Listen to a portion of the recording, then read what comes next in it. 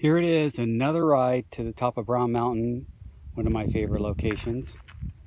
And I want to talk to you about wider is better. A little talk about tires and wheels, and hubs and rims. Specifically, let me start with the hub. I have a Hadley single speed specific hub, and what it is it has a shorter free hub body. What that does is it allows for wider flanged hub shell and to build a stronger wheel because it's coming from a wider base to the rim, which makes it more secure. This is a 142 by 12 through axle. This Hadley makes her axle all the way through. These aren't end caps, these are actually part of the complete axle that goes all the way through. I really like Hadleys. I've been using them for a long time, but a couple other companies I would consider would probably be Onyx, Chris King, and Industry 9. So that's the hub. Now let me talk about the rim. This rim I'm using right now is a DT Swiss XM481. It's 30 millimeter internal width, which makes for a nice wide rim. This is a Schwalbe Knobby Nick 2.35 tire, and as you can see, it sets on there really nice. I would definitely stay with wider, more aggressive tires in these loose Southern California conditions. I wouldn't really mess around with racing tires, just for the fact that it's going to ride better and you're going to not wash out as much. Also, when I'm riding a single speed fully rigid bike, a little bit of flotation and mass in my tire is going to help create a better feel for a rigid bike, as better as you can get anyway.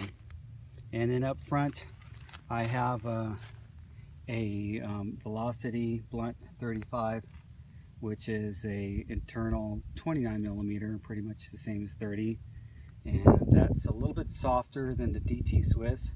I actually had a DT Swiss in the back and I bent it, so that's why I replaced it with the, I had a Velocity in back. I bent it and I replaced it with a DT Swiss. So that's a little bit about wider is better. Some people are going to marketing hype with wide right, and you don't need a 30 millimeter internal width rim to have a 2.35 tire, and you know what, or a 2.2 tire. I put 2.2s and they work great, and I would, as a matter of fact, I'm going to go even wider in the front and go with an internal 40 and still put a 2.35. That's a Hans Stomp in front. Those things balloon out really nice. I've used the plus size 3-inch tires.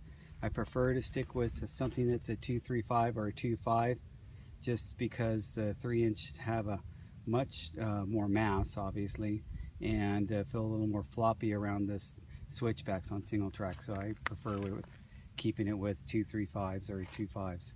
So that's how my bike is built up. That's why I chose that.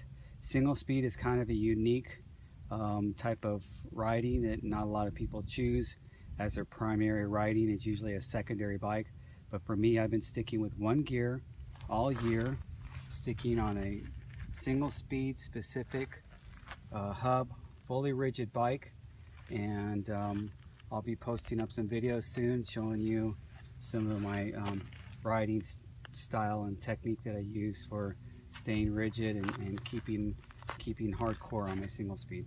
Talk to you later.